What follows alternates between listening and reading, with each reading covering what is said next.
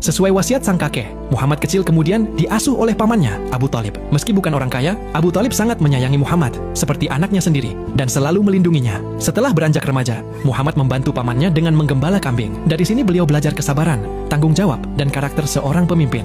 Ketika pulang menggembala kambing, Nabi Muhammad melihat orang berkerumun. Ternyata mereka sedang memperjualbelikan budak. Pada masa jahiliyah, hal itu sangatlah lumrah. Siapa yang menawar dengan harga tinggi, maka berhak untuk memilikinya. Namun, Nabi Muhammad menolak kebiasaan buruk tersebut. Kemudian, terlihat seorang pria yang berlari mendatangi seorang pedagang. Dia meminta agar istrinya dibebaskan. Namun ia malah diusir dan disuruh mendatangi majikannya, yang ternyata itu adalah Abu Lahab. Melihat ketidakadilan itu, Nabi Muhammad menemui pamannya dan dengan sopan meminta agar budak itu dibebaskan. Abu Lahab menyebut akan membebaskannya asal Nabi Muhammad mau menebusnya. Supaya budak itu dibebaskan, Nabi pun berjanji akan menebusnya, tapi tidak sekarang, karena beliau harus bekerja dulu untuk mendapatkan uangnya. Abu Lahab sempat menolak permintaan Nabi, namun tiba-tiba istri Abu Lahab datang dan menerima kesepakatan tadi.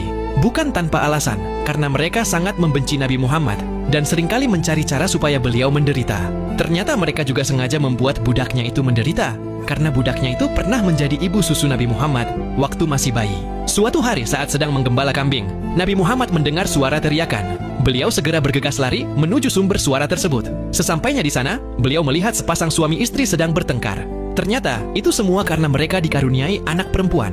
Pada masa jahiliyah, mereka percaya jika melahirkan bayi perempuan adalah suatu aib dan hanya akan menjadi beban keluarga.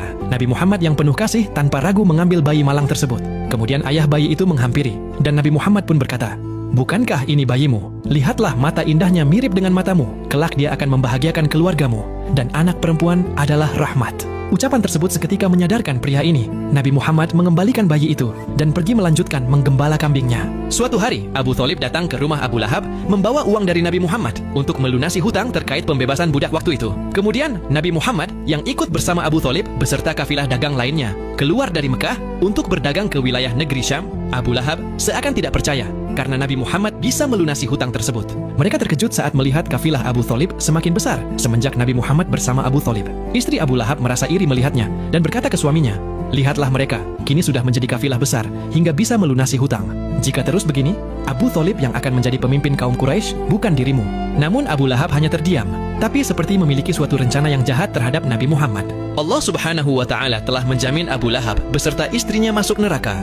Seperti yang telah dijelaskan dalam Al-Quran surat Al-Lahab. Apakah kamu hafal surat Al-Lahab?